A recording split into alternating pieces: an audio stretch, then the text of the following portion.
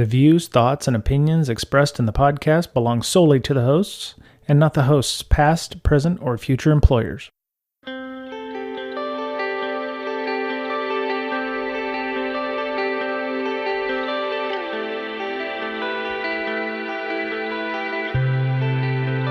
Hello, everybody. I'm triple casting. Who knew?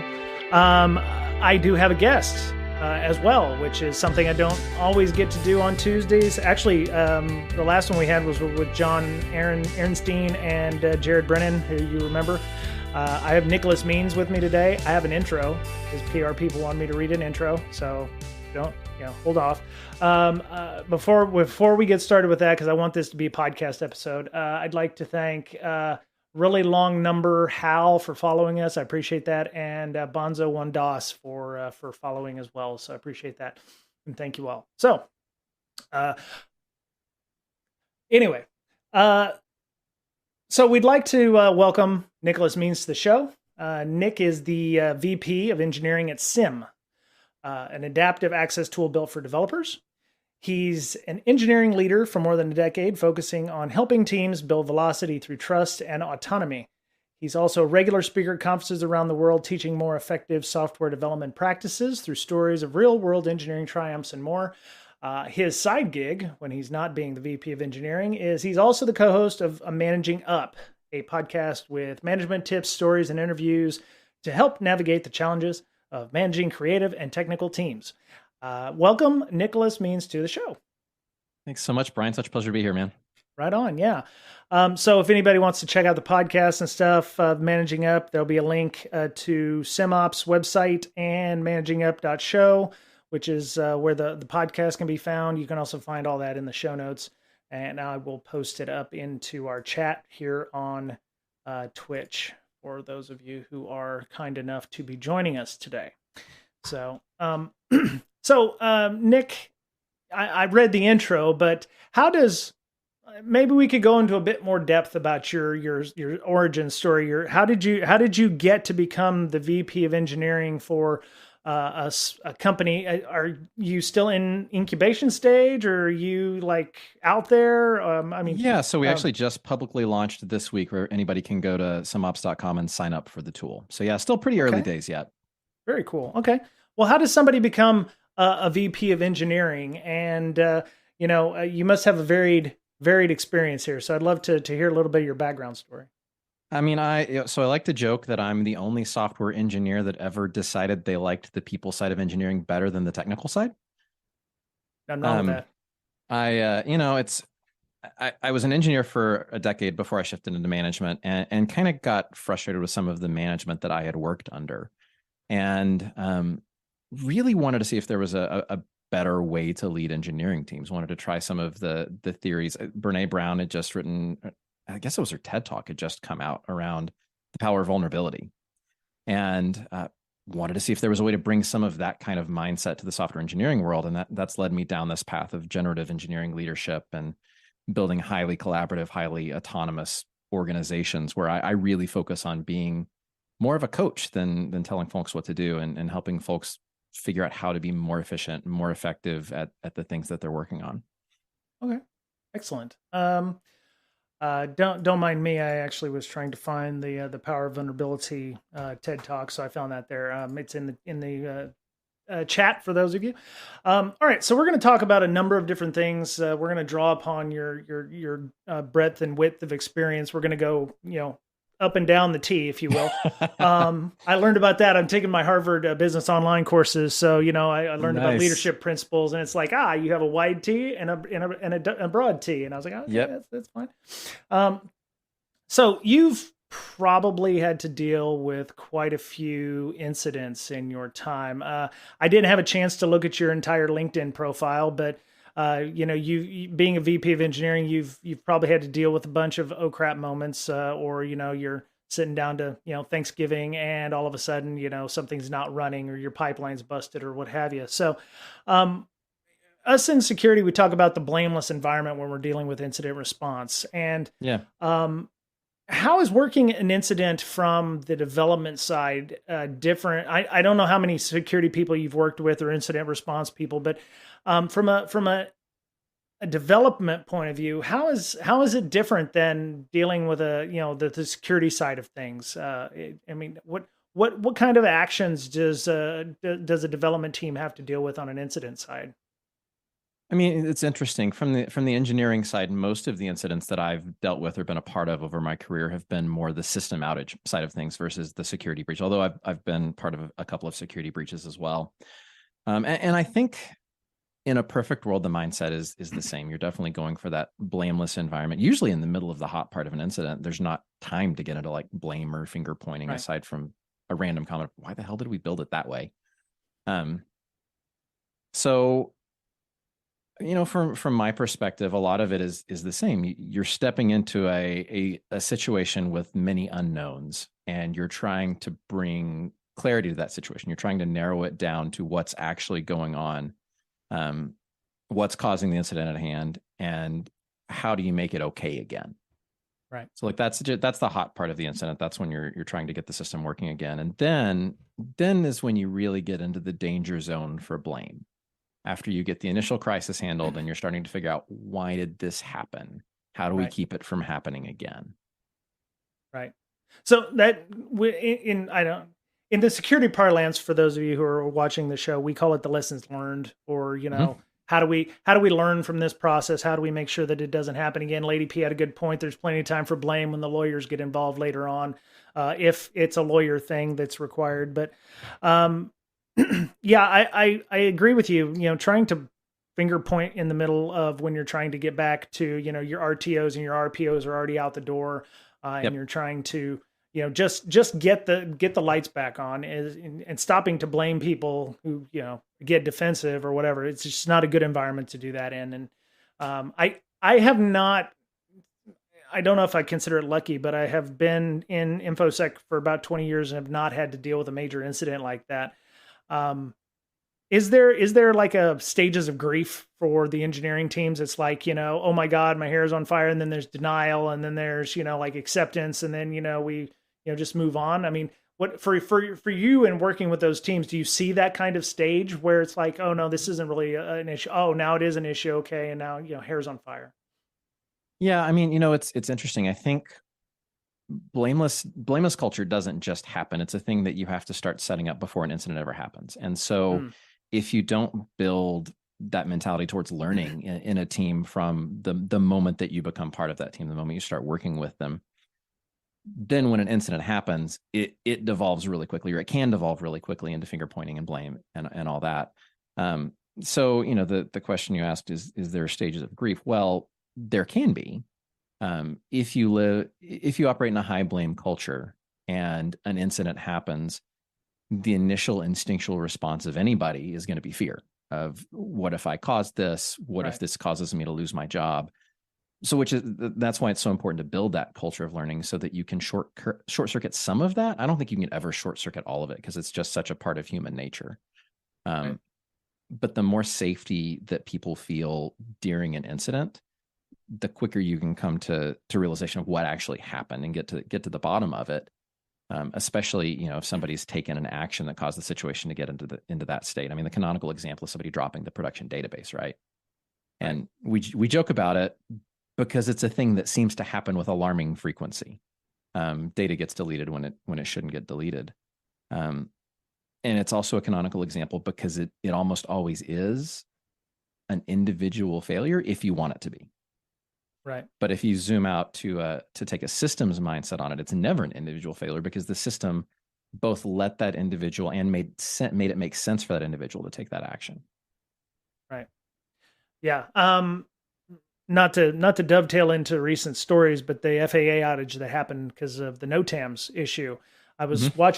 watching TV, and they said, well, the outage happened during the maintenance window about 3 a.m, and apparently an engineer overwrote a configuration file or something like that. And I was like, how many people have been there? And it's Yep. like, my first thought was, wow, I hope that engineer still has a job, and, is Yeah. going to have a hell of a story in a few years when, somebody's like, because those are the people that are like, hey, been there, done that. You can't possibly screw it up any worse. I've been here. Let me tell you the story about the time I did blah. And it builds. I don't want to say it builds a camaraderie, but it builds like a, hey, I've been in a high stress situation, and this is how I handled it, and I can move on from that and learn and teach other people the same issue. Yeah. And the blameless culture, though, I think you're right. It does extend beyond the IR. You need to have a blameless environment, a blameless culture, no matter if it's an incident response or if it's why did you miss this deadline, or why did Yeah. the team miss this deadline? It's a we thing, Right. Yeah, I mean, obviously, maybe when they're talking to the VP of engineering about why they missed the deadline, there's a different messaging there than inside the team. But um, yeah, I think the blameless culture needs to extend beyond just incidences. But yeah, it's that's kind of interesting to understand. Do you ever? I mean, what do your after action reports look like? You mentioned doing those, or lessons learned or what have you. Yeah. Um, what does it look like for you, and what does it look like for your team? Do you give them the opportunity to openly understand what's going on in a blameless environment? We do our best to try to keep them as factual as possible. I actually learned a lot from watching Amy Toby run after incident reviews at GitHub. She was incredible at spotting things that even hinted of blame, and very kindly but very firmly steering people completely the opposite direction when one of those things would start to come up in the conversation. So I've tried to bring some of that spirit with me when I help lead these. Anymore, I don't lead them very often, though. I'm usually there. I'm usually observing.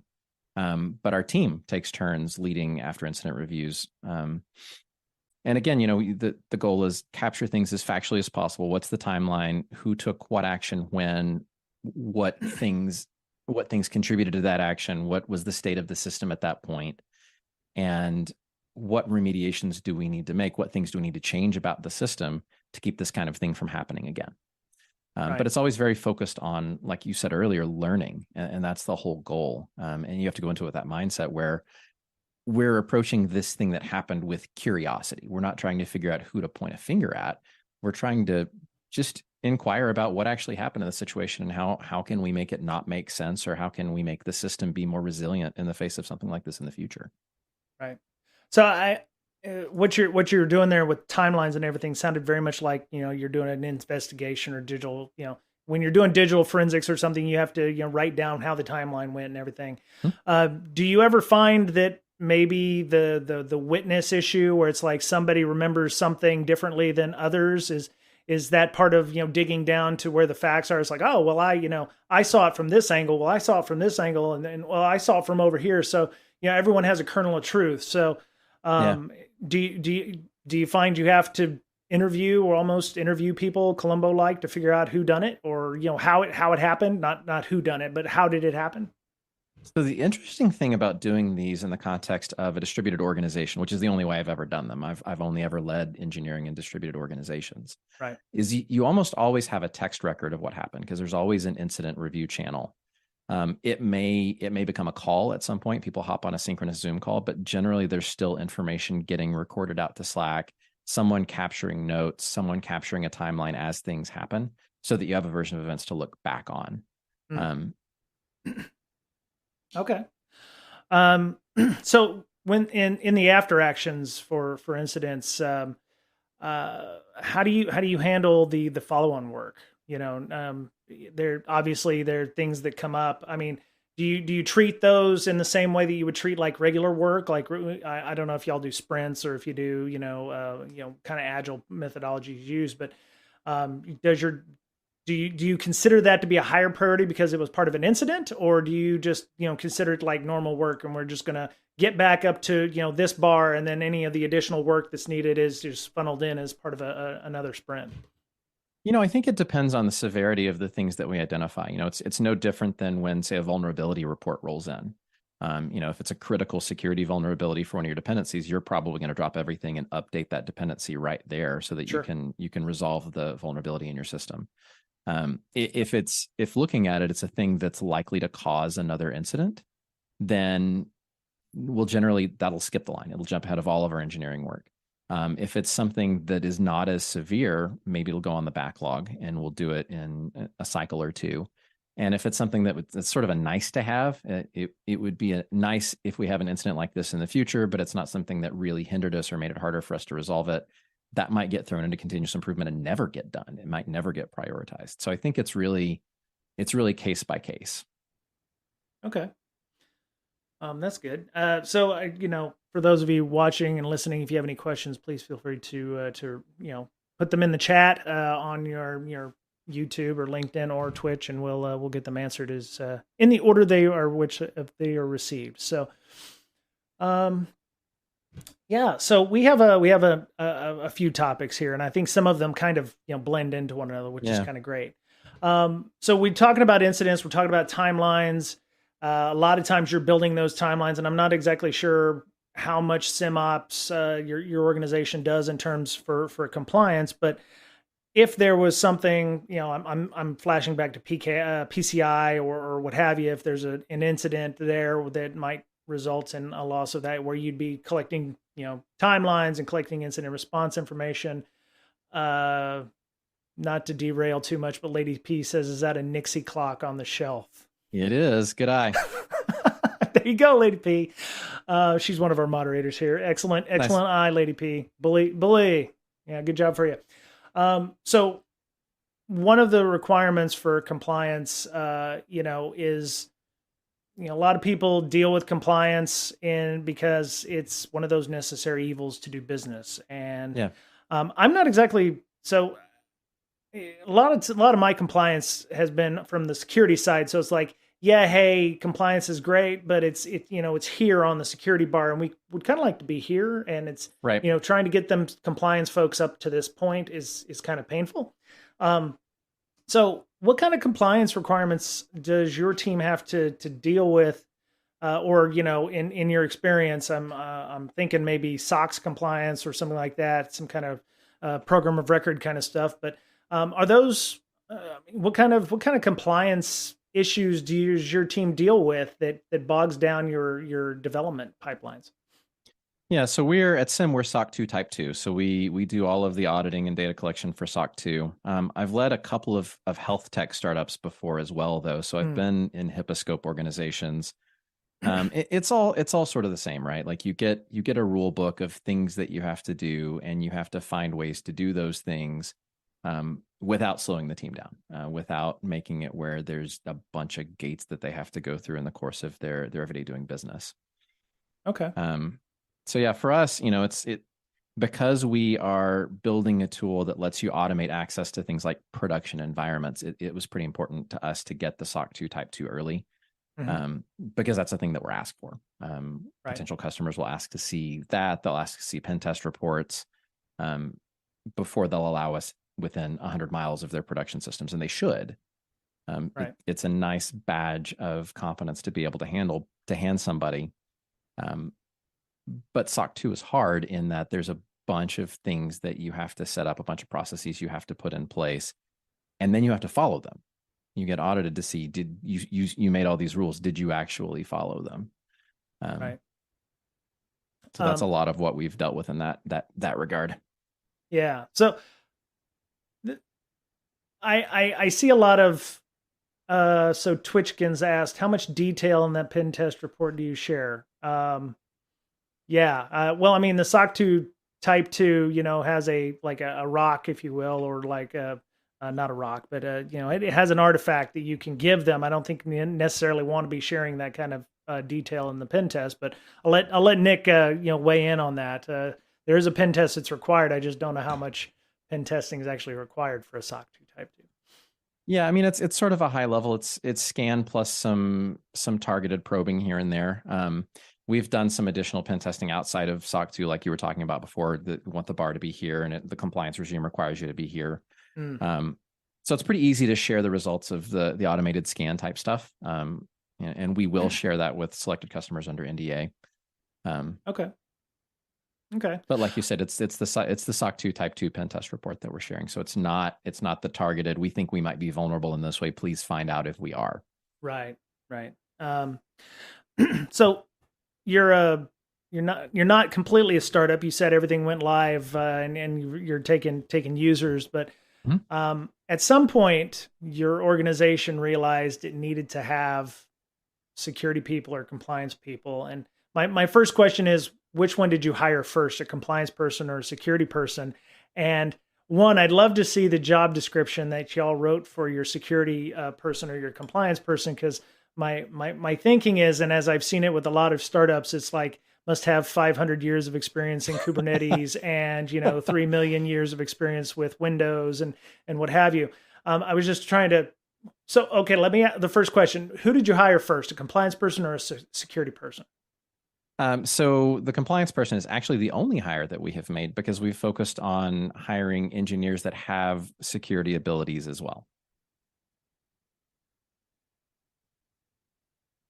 I'm sorry, I'm a bit on the shocked side here. Is that such a thing? Did you find so many unicorns?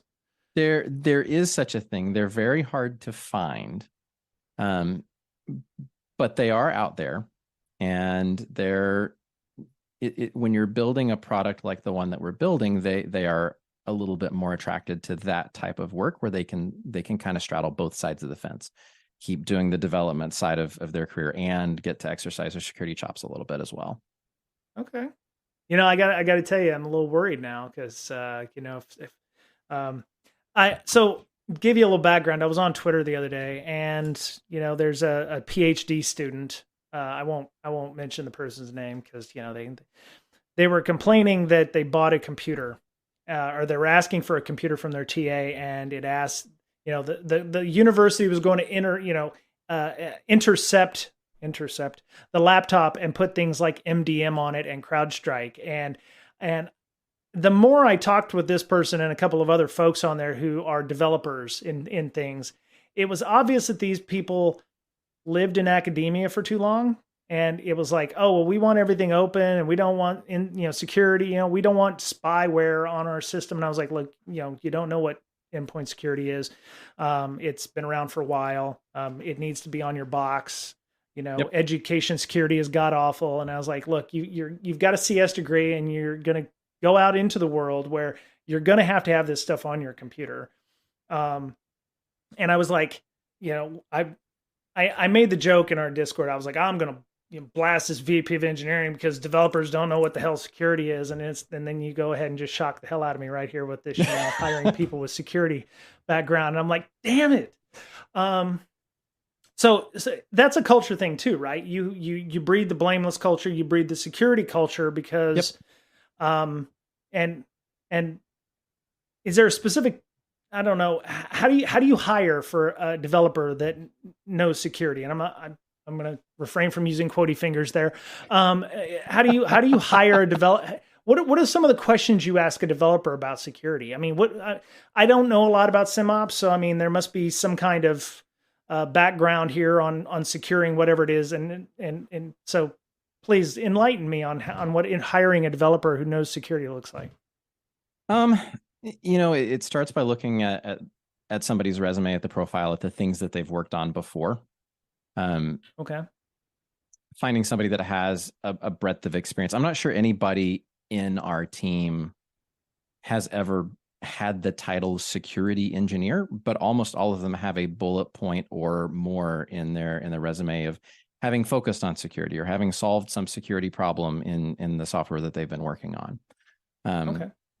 So then combining that with targeted pen testing on things that we think we might be vulnerable on, and targeted education, people on the team learning about security, learning about ways in which a system might be vulnerable, and paying attention to those things as we build the software. Like you said, it's a culture thing. And so hiring people that have some background, are broadly curious about that, and are willing to invest time in it, and then allowing time on the backlog for them to do that investment might be a more effective way to operate than going out and hiring a security person. Because if you hire a security person in any given startup and you're still trying to go as fast as you possibly can and get software out the door as fast as you possibly can, you're not going to get very good results out of that. So I think it's actually probably in the earlier stages of a business more important to build that time into your development lifecycle than it is to go out and make that first targeted hire necessarily. Okay. So let me see. How did you and your organization figure out this thing? Because I mean, I don't know if it's if it's the startup mentality of get to market, get to market, get to market, but at some point somebody in your org or you specifically said, hey, we really need to have security. Or either it comes from personal experience, whereas hey, those security people, they aren't all that bad. We probably should look at them. Yeah. How did that get bred into your organization and make it a priority? Because most people think startup, they think get to market, get to market. We'll figure out the security stuff later, or we'll bolt Yeah. it on, as people like to say. So who decided that was the way y'all were going to do this in your business charter or what have you? So the founders had very much set that direction before I ever joined. The Okay. two of our founders have worn the VPE and CTO hat before. Oh, So it's definitely not their first technical rodeo. And then, one of the reasons that they brought me on as VP of engineering is because I have had some experience in health tech startups. And then most recently I was at GitHub. So I've been in some high security organizations and have some opinion on the right way to do this stuff. That came up a bunch in my interview process. right. Okay. So, and I should rewind a little bit. I said the first person we hired was a compliance person. That's not entirely fair. He brings a lot of security background to the table as well. Okay. And we lean on him in a consultative capacity pretty often. All right. If there's something that we want to know, are we threat modeling this accurately? Are we thinking about the right ways this might be vulnerable? Are there any other things that you think that we're not thinking about that we should be? He's an incredibly helpful sounding board in those situations. Nice. Yeah, I didn't know if it was a security product management type role, or if it was something like that. Um, so, how did your organization, or in the past when you were having to deal with compliance things, obviously, there could be, SOC come out with a new version of it next week that causes a lot of new work for your organization. Yeah. Obviously you're probably getting some, heads up from your, compliance person about that. How do you keep your velocity when you're doing releases? Do you, when you're looking at, hey, there's a new SOC version coming out that could be these things. How do you keep the compliance from not being an impediment, or security in this case from not being an impediment to releasing your software? I mean, I think Service. one of the things I would say is we automate as much of it as we can, as much of the data collection, as much of the controls as we can. In fact, that's one of the reasons we architected SIM the way that we did. It's an adaptive access tool, but part of the design philosophy is those access workflows are implemented in Terraform. And the reason for that is so the engineering teams that are using those access workflows can PR against them and can have a voice in some of the security controls that are in place in their organization. So that's been a key focus of mine. I remember one fight early in my career around affirmative approval to deploy a release. And the compliance person we were working with inside of a large organization really wanted someone affirmatively signing off on every release of the software that got deployed. And we were trying to move towards continuous deployment. And I mean, it's pretty easy to see how those gears would grind. And we finally came to a piece around PR approvals and automated testing being enough of an affirmative control to satisfy that requirement in the auditor's eye. But it took a lot of work to get to that agreement, that was actually much more effective than having our CTO click a button saying that we should deploy that software, because the people approving the PR, the people looking at the automated test results, had a whole lot more context on the safety of that release than the CTO ever could. Right. But it took a long time to build that understanding. Yeah. Plus, I'm sure the auditor, I want to say I'm sure, but the auditor doesn't understand the velocity. It doesn't understand, the bits in the background.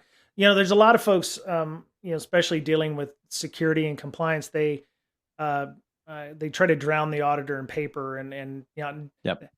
I don't know if they don't want to take the time to help the auditor understand their business process. They'll just, print up a ream of documents and go, hey, you go over here into sub basement B and read these documents. And, and of course, you have the auditors like, well, they just gave us 500 pieces of paper. That must mean that they're good. Check, that kind of Yeah. thing. How much, I mean, you said you had to work with your auditor. I mean, how did it get contentious? I mean, how did was it they wanted the spirit of you wanted the spirit of the law, not the letter of the law? And they were, I mean, did you have to find a different auditor? I mean, how did that work when you interviewed them? It's like, hey, we do specific things here. At the time, I remember having to work with, an auditor that didn't understand the cloud and, Yeah. Understanding, hey, we use Docker and stuff. And they're like, I can't spell Docker. So, what did it look like for you having to get an auditor who understood you? So this was, like you said, this is back in those early days when cloud was still new. And I was at a startup that was incubated inside of a larger company. And so we didn't really have a lot of choice in auditor. So yeah, it did get contentious there for a while, until we sort of brought them around to our way of seeing the world. And it just took a lot of peacemaking style conversations, a lot of, I see your concerns, they are valid concerns. The thing that this control is trying to do is a valid thing to do. We value this particular kind of security. Here is how we are meeting it. And we think that is a standard that is better than what is laid out in the letter of this particular requirement. And over time, we were able to win them over to that way of thinking, but it did take a lot of conversations. Wow. Okay. Yeah. I guess once you've got them over on your side, then it's all good. Yeah. Let me see. So I've got a couple of other items here about not just compliance, but like how you do you mentioned automating a lot of things. I know some of the new hotness is now releasing dependencies for software that has non-friendly licenses. I don't know how much open source you have to deal with. Everybody deals with it. So I mean, yeah. But if you get a dependency that all of a sudden you've got all this nice BSD and MIT licensed stuff, or and then you've got a GPL v3 stuck in there somewhere, and it's like, I'm trying to give this application with all of this open source software to my customer, and it's like, oh, now we have a non-friendly license. Is that something that your team has to deal with on a regular basis, or is that do you do audits like that? Again, I think it goes down to automating and using automated tools. This is something that is somewhat automatable. I won't say 100% because there's definitely libraries out there whose license terms are pretty murky. But it's pretty easy to set up an automated scanning tool that if somebody adds an MIT license or anything like that it just allows it through. And there's not a lot of contention around that. I think the key is you have to shift the conversation earlier in the development lifecycle so that you have a good idea of what licenses you're okay with, what licenses you want to talk about, and see if you can find alternatives to, and then set the tooling up to do that. Set the tooling up to flag the ones that you care about. And there's a bunch of different options for tooling out there that'll help scan for licenses now. And it's the same for vulnerabilities, right? Right. Dependabot makes a lot of noise. It makes less than it did. But you still have to decide how to react to those things. Are we going to merge a Dependabot PR the second it comes in? Or are we only going to do that for critical vulnerabilities? What is our risk tolerance with the dependency updates from a security perspective? When do we risk breaking the system because a new dependency breaks the system, but it had a security vulnerability that it solved? Versus when do we want to be a little bit more slow in rolling those things out and make sure they don't break the system? Is there a security vulnerability level that's critical enough for us to let one of those vulnerability patches kind of jump the line? Right. Yeah, that makes sense. I'm sure that there are organizations out there that are still trying to solve that problem. And they're not even aware of the licensing issues in some cases. I know that when I've worked at places in the past that didn't think about that, and we would push things out like that. But yeah, so I think you almost got onto the next topic. We talked about shifting left. I'm looking forward to this one.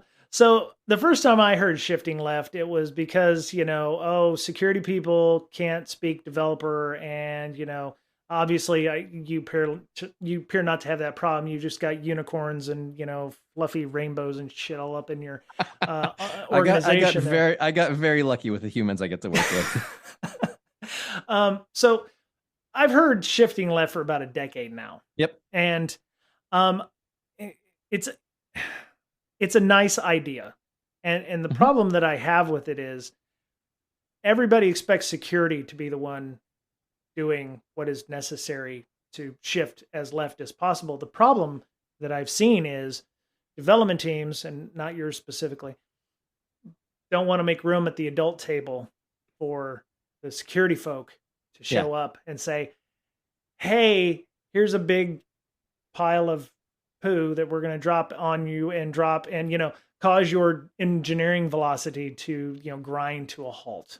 Yeah. And some of it is development's fault. Security does have more than 25% or 50% of the blame in this, because some of us have to work with the development teams, but is shifting left something that is it a fallacy? Should we get rid of it in terms of a better I'm sure marketing people have a better word ready for it, but has shifting left failed, or is it just that development teams have outgrown us and have done like what y'all did and learned how to do security in our stead? I mean, so first of all, I wouldn't say we've learned to do security in your stead. I think there is absolutely a ton of value in having seasoned security professionals part of any engineering team. We're lucky enough to not need a full-time person doing that yet, but we will at some point, and we won't hesitate to make that hire when our development velocity, when we're pushing enough software out that we need somebody full-time. Cool. As far as shifting left, I don't think it's a fallacy, and I don't think it's a bad ambition at all. I just think that it's been used to mean so many different things in the marketplace that it's kind of hard to even figure out what somebody means when they say it at this point. Right.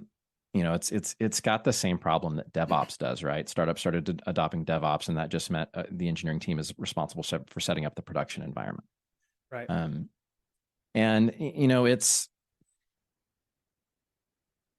a lot of times it means responsibility without support, and I think that's part of the thing that's given it a bit of a rough time getting adopted by engineering teams, because okay, we're going to shift left, we're going to give you all these tools, we're going to expect you to deal with the output of all these tools, and not give you a lot of support around those things, not have somebody available to answer questions about them, help you understand what it's saying if it's getting into security territory that you're not well versed in, that you haven't seen before. It's one thing that engineers won't put up with for very long is gatekeeping, things that Right. slow them down. It's kind of like TSA at the airport, right? Like you mentioned that sometimes security gets a bad rap. I don't think you'll find many developers on the planet who will tell you that they don't value security. Every engineer is going to tell you they value security, but they're going to be quick to point at individual implementations of security programs and poke holes at them. Right. Right. And I think this is part of what plagues shift left. Right. Right. And like you said, you've got if security is asking your dev team to make sure that they sign everything, or you have to move away from your normal workflow to come over here and go to our antiquated security UI instrumentation panel to run a scan or something, instead of having it automated through your pipeline, or to call an API to be able to do whatever. Some of our tools can be clunky in that respect. So I've tried to explain the shift left as the cheaper option. My wife actually had made the phrase to me. It's like, you can fix it as far to the left, when you can afford to, take the time to do so. Once you're here, you have to make the time to do so. So shifting left for me is more of a time and an investment kind of thing. It's like, you can fix it, not necessarily when it's a small issue. Fix it when you have the time, not when you don't have the time. Right. But yeah. And again, uh, I think it gets into sort of that time philosophy, right? Companies are notorious for running engineering teams as close to 100% capacity as they can get them to run, to right. get as much software delivered as fast as they can deliver it. And that's not an environment that shift left is ever going to be successful in, because Mm, those noisy alerts that pop up from the security tools aren't something in that team's mind that are trying to make the product better, because that's not how they're incentivized. They're incentivized to get software shipped out the door as quickly as they can. right. When your incentives shift to something that's more holistic, where you're trying to build a good product that meets the needs of users and does it in a secure way, when everybody on the team is bought into the value of that all the way up to the top, then shift left becomes more tenable, and you get a more collaborative environment where engineering and security can work together to make sure that the right things are getting alerted on early in the dev process. And it's not noise. You give the engineers some agency over the tooling and some feedback mechanism over the tooling, so that they can reduce the noise and get more signal out of the tool, so they know when there's something that they need to react to. Mm. Yeah, that's interesting. That because the other thing that I find a lot of security people, and I'm gonna, I'm going to be black sheep here because what I'm going to say is going to make me very unpopular for some folks is we don't want to lose control of our little sandbox, if you will, and letting people do our job in some cases makes us security people feel bad. And if a developer can do that, or if a developer can use our tool, and like when Mr. Betcher, our podcast friend, and I were teaching developers how to use Burp Suite. Mm-hmm. And one, it was like, that's how long ago this was. It was like they had no idea that it was possible to intercept web proxy or web Mm-hmm. requests or what have you. And you show them burp, and it's like the thus spake Zarathustra, oh, that kind of thing, monkey touch monolith moment.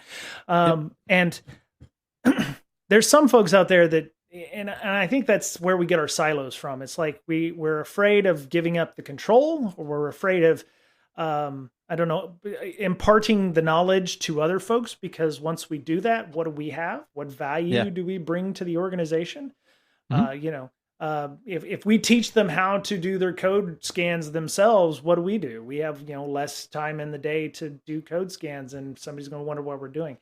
Um, I, I I think that goes to the third point where I'm like, is there a playbook for building more efficient dev and security teams? And um, I, is it as simple as cross training? Is it as simple as we go back to the blameless culture, but should there be a culture of cross training, or helping people understand where and how their job fits in the environment, and what value they bring? Is that lost on security and development people, or um I mean, I think there has to be, right? I think, you know, as a developer, I have absolutely worked with security people that didn't understand the software development lifecycle and what we were trying to do and the business pressures that we were under. They only understood the security side of the business and were purely in that gatekeeping mentality.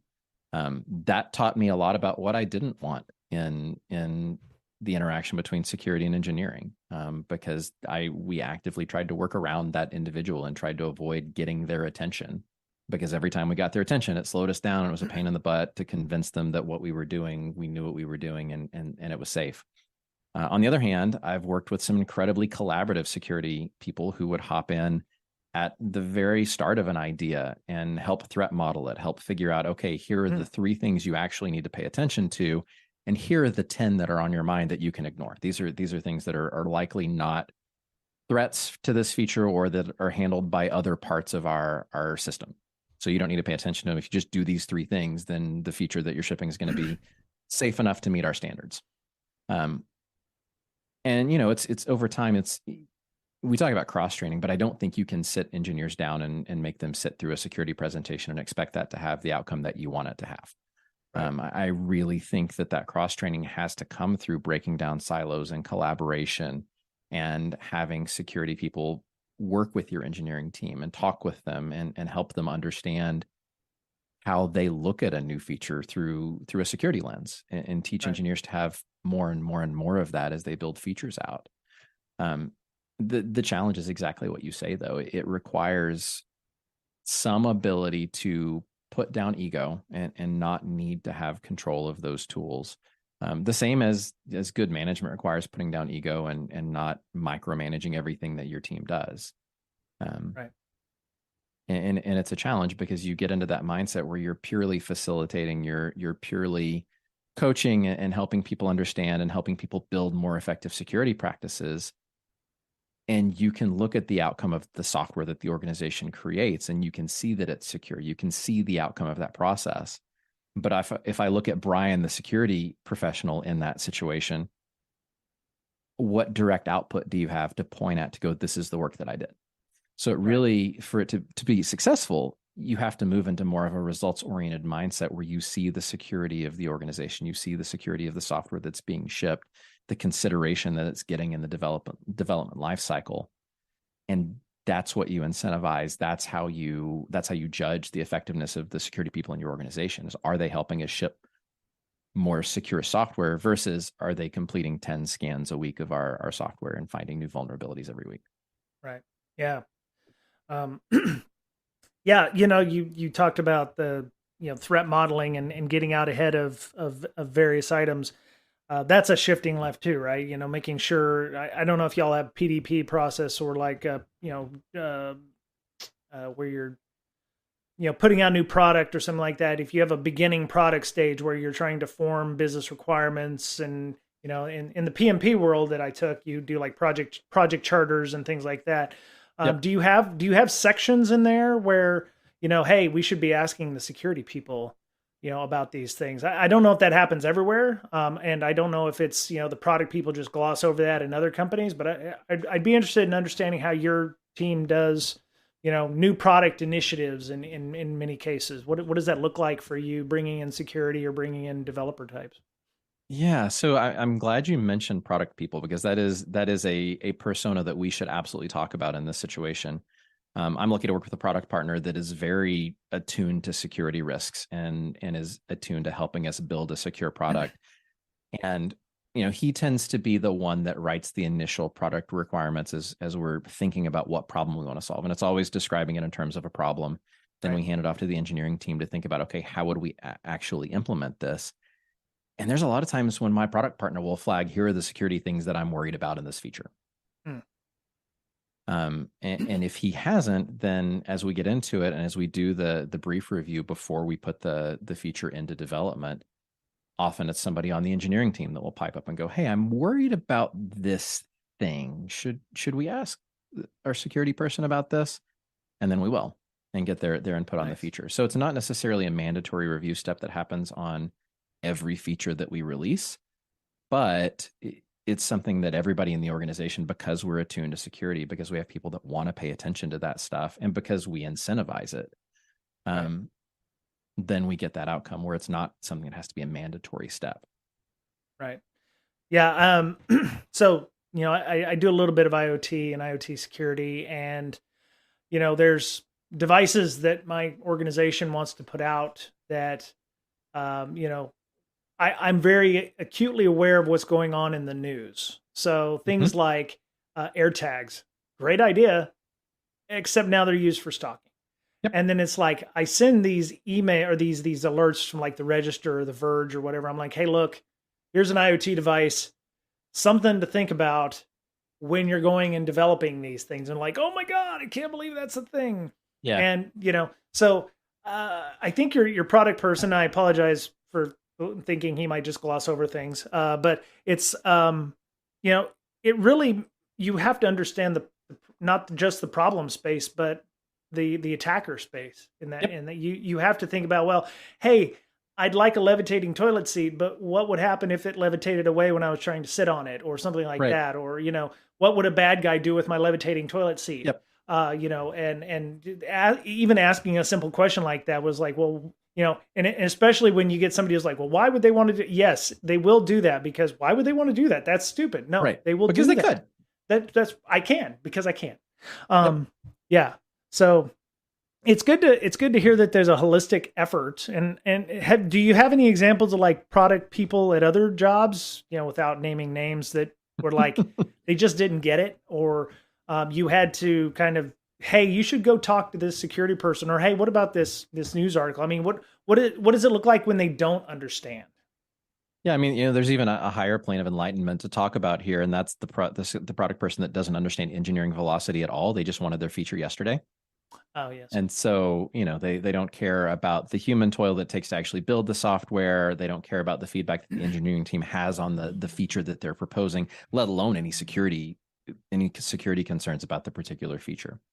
right, So I think there's a spectrum that product people fall on. The best ones really care about engineers and understand that taking care of the engineers and collaborating with the engineers, breaking down that silo between product and engineering is the way to ship good product faster. right. And those are the ones that either will already be thinking about security sort of natively, or will be very amenable to the conversation when the engineering manager or the team bring it up. Hmm, very nice. Yeah, yeah. I don't like using the word holistic, but it sounds like everyone has to understand some part of security to make this work. I mean, we've been saying it for years, right? It's so hard to achieve that I think it feels like a pipe dream to most of us that have ever spent any time caring about security. right, Because it's right, so hard to get an organization to care about it. You see this in breaches all the time, where we've incentivized teams to go as fast as they can, and then we're surprised when a breach happens. right, But we didn't give anybody time to do anything that would have prevented the breach in the first place. right. So, um, I'm not. I don't want to shift gears here, but there are security conferences and there are development conferences. I don't know. There's industry conferences as well. RSA for security folks. You have PyCon, and for those for development conferences. Um, I don't go to the kind of conferences that your development team or your teams would go to necessarily. It's something I've wanted to branch out and do, but um, I've argued that security conferences are pretty much an echo chamber. It's like, hey, everybody should be secure. Yes, we totally agree with you. And then it's like we go back and the developers are like, I didn't go to that conference. I didn't get that message. Or I'm the manager and I just saw this in CIO Monthly. What about the zero trust thing? And it's like, when you go to conferences that are not security conferences, are security talks included, or do developers talk about security, or people in your industry, do they, how is security voiced there, or not voiced at all in that respect? Or do you ever go, well, hey, what about this? Have you thought about security? Oh no, we don't worry about security. That's OPP. That's other people's problems. How does it look like for you in your industry, and when you go to conferences or trade shows or what have you? So it's interesting. I've spent most of my career in the Ruby and then the Python language spaces. And I think Ruby and Python are interesting examples here because they do tend to be more human focused languages. They tend to be focused on being languages that are easy for people to write good software. And that's a first class consideration with everything that they roll into the language. And that yields communities that are more holistically minded, that are more open to things like a talk on security at a Ruby developer conference. That's absolutely a thing that I've seen multiple times at RubyConf and RailsConf. Now, it's not as in-depth as something that you would see at a security conference. You're not going to see somebody probably get on stage and demonstrate a vulnerability live on stage. Right. But you will hear somebody do 101, even 102 level kind of security information with regard to building things in popular frameworks in those languages. That's not uncommon to see at all. Nice. Okay. Yeah, it's one of those things. It's like I want to go to one of those conferences, but I don't know anybody there, and it'd be like, it'd be like Spot the Fed, but it's Spot the Security guy. Yeah. And it'd be like I don't know what I don't know. Security conferences, we have a lot of people who know one another on Twitter or what have you, and it's like, hey, I'm going to be here. Hey, hang out, whatever. I'm assuming that there's similar cliques in the Ruby and the Python areas, but yeah, I was just trying to get a better understanding, and maybe for the folks in security, there are opportunities and tracks Absolutely. for security talks. Yeah, look for CFPs and propose things. I think a well-crafted proposal that aimed at helping an average Python developer building an app in Django or an average Ruby developer building an app in Rails understand how to think like somebody that's malicious. What are the first things you would try to break in one of these apps? That kind of talk would be very well received. Just what are the basic things that you need to know to build a secure application? Nice. Okay. Oh my. Okay. Well, I'm looking at my timer and I'm like, where has the hour gone? We've been talking for a bit now. I know, right? When you're having fun, it just flies by. So, I do have one other thing, and it's kind of a little peccadillo that I have that I've had to been dealing with. My wife tells me that she's been managing up for years. So, I wrote this down, and I'll read it like this way: managing up, because you have a podcast about management tips, stories, and interviews to navigate these things. In my experience, and I will say that, I'll preface this by saying, in my experience, security is often asked to do a lot of things. Often to be the single-threaded owner. I learned that term the other day from somebody who works at a FANG. A single-threaded owner is the person who ultimately owns the thing.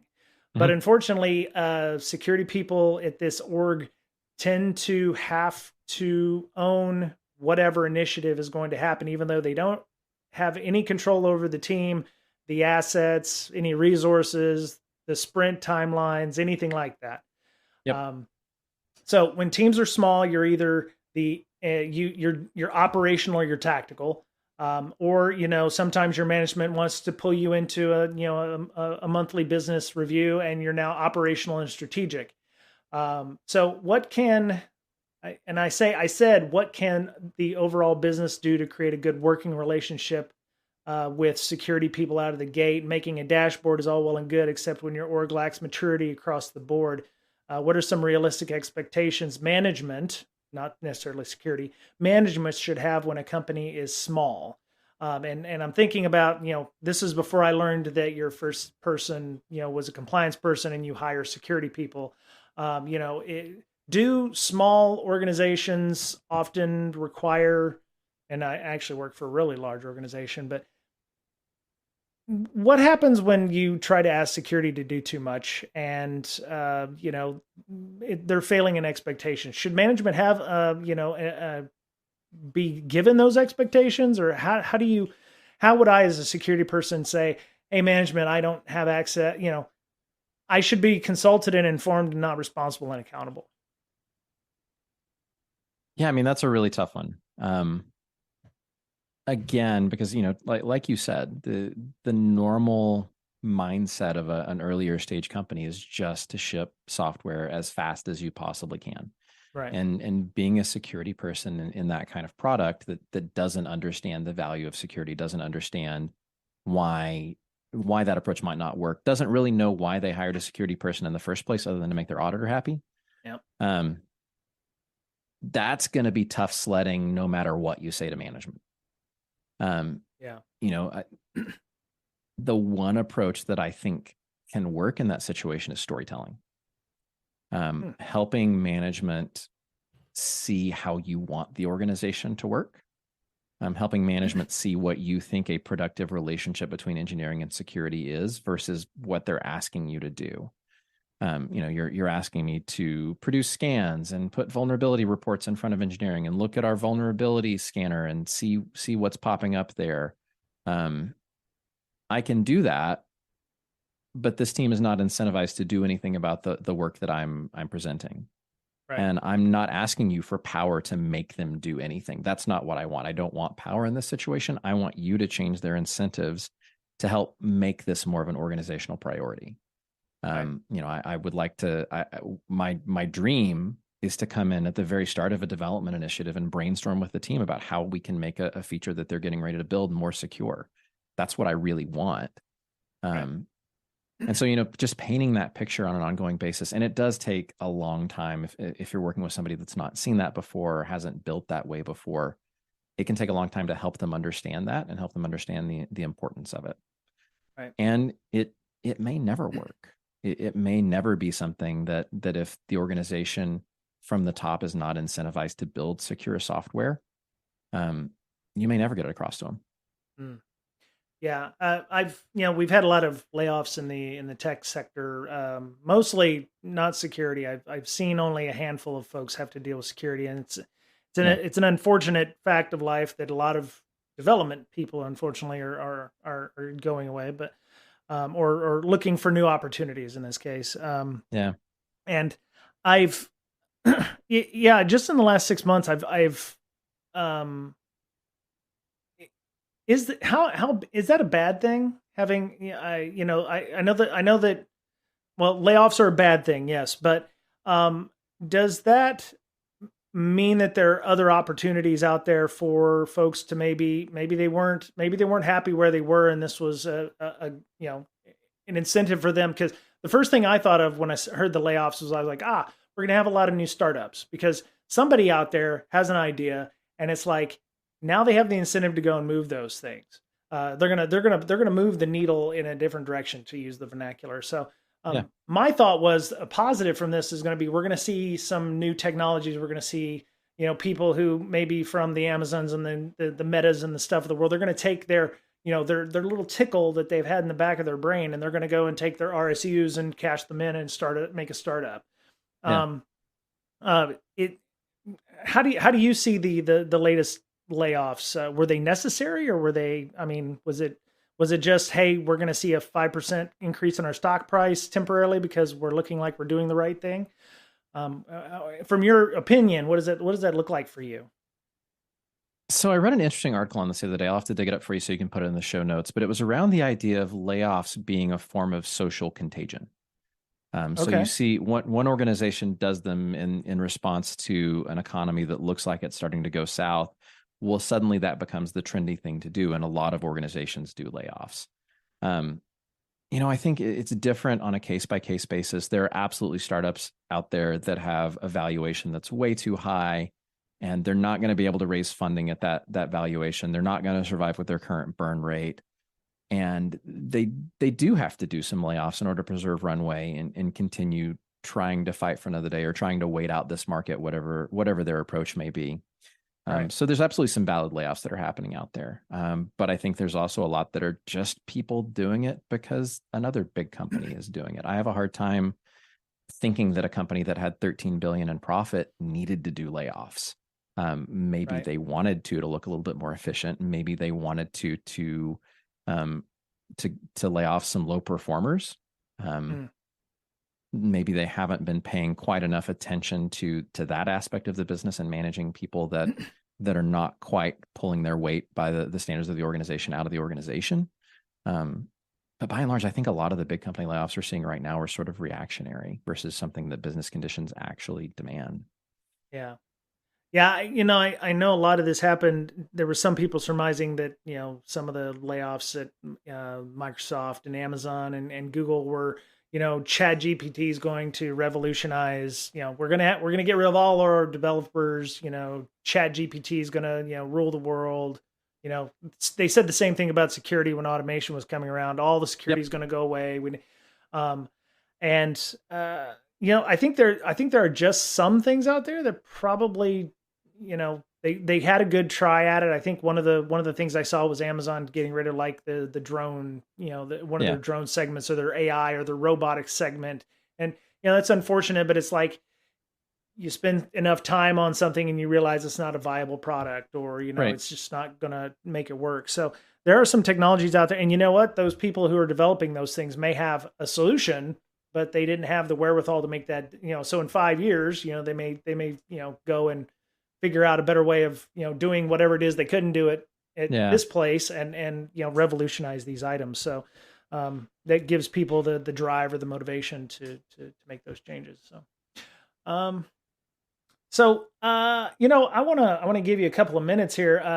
Any closing thoughts or anything you want to ask? I don't want to turn it on the head, but is there anything you'd like to ask me, or is there any other comments you'd like to make about managing up, or what you do? How do you love your job, or whatever? Um, yeah, it's a great question. Um, I'm curious what you, as a seasoned security professional, what advice would you give me as somebody who's running engineering at a startup? Um, what are Cool. what are the things from a security perspective that you would tell me you guess I'm not paying enough attention to? Oh, okay. Whew. All right. Well, I think from a startup point of view, and this obviously doesn't apply to your team. I think there needs to be more like what would go wrong if we did this? There are companies out there that is like, let's Lady P, hush, Lady P. She said Nickolas comes back swinging. She's my heckler, but it's okay. Yeah, I think there are a lot of companies that tend to build things without they try to invent a problem to be solved. It's like, what is the problem we're trying to solve? Well, there isn't a problem, and you're trying to invent something to solve that problem. I don't understand. You've created something that didn't need to be created in some cases, and I think that there should be more along those lines, and maybe some of that's probably marketing people making shit up for to get people to do stuff. Yeah. But yeah, that's one thing. The other thing I would say is, like you said, more collaboration. There are a lot of silos. I think the larger an organization gets, I don't know why silos create. I would love to see the psychology of the silo. And I don't know if Yeah. it's you're in our sandbox, get out kind of thing, or is it you just don't understand, so we're going to, willfully and mindfully exclude you from these things, or you're slowing down our production velocity, and that's a problem. And anything that we have so many builds we have to get out today, and you're going to cause us to do 5 less, so you go away, you go over here. I would love for also understand, not everything needs a dashboard. Not everything needs metrics. You can only gather metrics after you're considering a mature process. Yep. You can't be in beta and ask for a metrics dashboard, because you don't know what's normal, what isn't normal. Yep. Really be careful about having meetings for the sake of meetings. If it takes you 15 hours to create a dashboard or to create a paper for a half hour or an hour meeting, is that really a good use of your people's time? Yep. And if you can automate the dashboard, great. But if you're having to write a document or a PowerPoint slideshow and it takes 5 people 15 hours to do something, is that 75 hours worth the hour-long meeting that it took to make that thing? And my thing is that, are you going, use particular, if they give you a report, are you ever going to look at that report again? If you're not ever going to look at that report or refer to it again or give it to your CEO or whoever, why am I making it for you? Yep. What's the point? Right. There's an awful lot of make work that exists. It kind of gets back to the thing we were talking about earlier about, what does a security person do to show that they're doing their job in a highly collaborative organization where they're not producing a ton of reports? Right. There's an awful lot of make work that exists in the world just to prove that I'm busy. Right. Yeah. Yeah. And that's more busy work that I've got to do. Yeah. Yep. But yeah, I mean, those are some of the things that just in the 2 years that I've been working at my joint, I'm like, you're never going to look at the thing that I'm going to give you. So why am I wasting my time trying to make it 100% good when I can just throw something up there? You're going to have questions anyway. So I'm going to give you, I don't want to say bare minimum, but I'm going to give you enough that you're going to be like, I'd like to know more. And then the value's in the discussion, not the artifact. Right. Exactly. And sometimes I've actually made comment to my manager. I was like, wow, here's a $500,000 meeting. Yep. Did 25 people need to be in this meeting for 90 minutes? It's like, is that a good use of our time? And it's like, I could have been spending $400,000 over here doing something else, or we could have bought a company for $350,000. So I would just say, if you're senior leadership or what have you, not everything needs a dashboard. Be mindful of meetings, and not everything you can only measure so many things. And vanity metrics are definitely a thing that I worry about as well. It's like, oh yeah, we processed 15 tickets today. Great. I just said yes on 14 of them, and went along. I've actually worked at places like that. They had ticket quotas, like you had to look at so many tickets a day, and I'm like, okay, I did that in like 5 minutes. Now I can stare at the wall for an hour and a half. because I just said yes to these things. It's like vanity metrics are not good. And I think security people do that too, because it's like we can show that we're doing good work because, you know, we have this metric that says we can do things. And I'm like, you didn't tell them anything. The metric didn't tell you anything. What does it tell you? Is it a good metric? Is it a bad metric? So those are the things. And I hope that our listeners are, you know, saying yes. And I'm imagining people like going, yeah, tell them or whatever. I hope. But yeah, the holy grail for any security person, especially I think at my range, is, you know, don't use the metric system. Thank you, Twitchikens.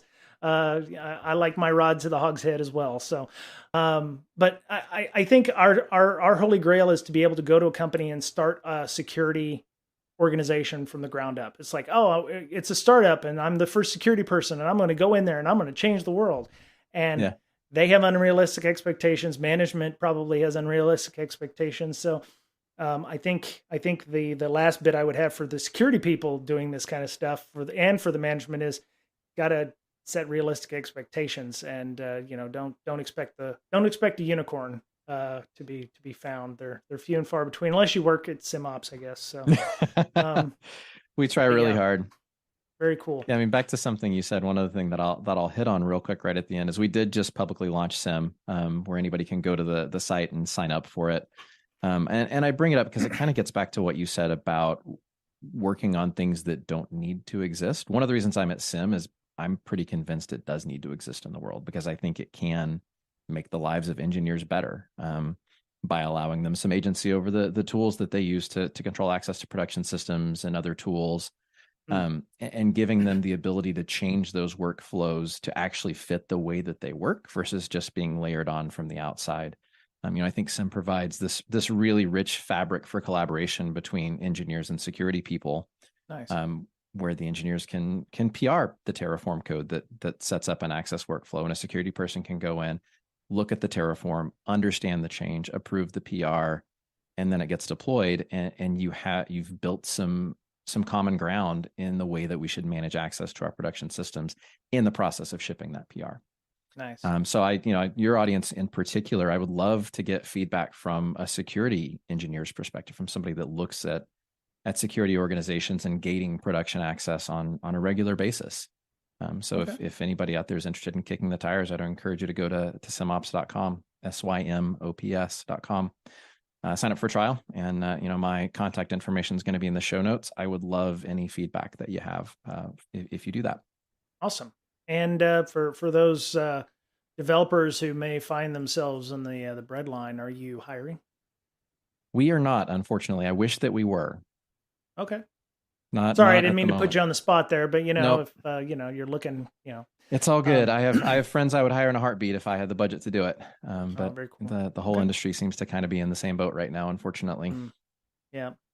Yep. So you're on N Means, MEANS on Twitter, and N Means at ruby.social on Mastodon. And your email is also not in. Oh, good. Yeah, let's not put the email in there.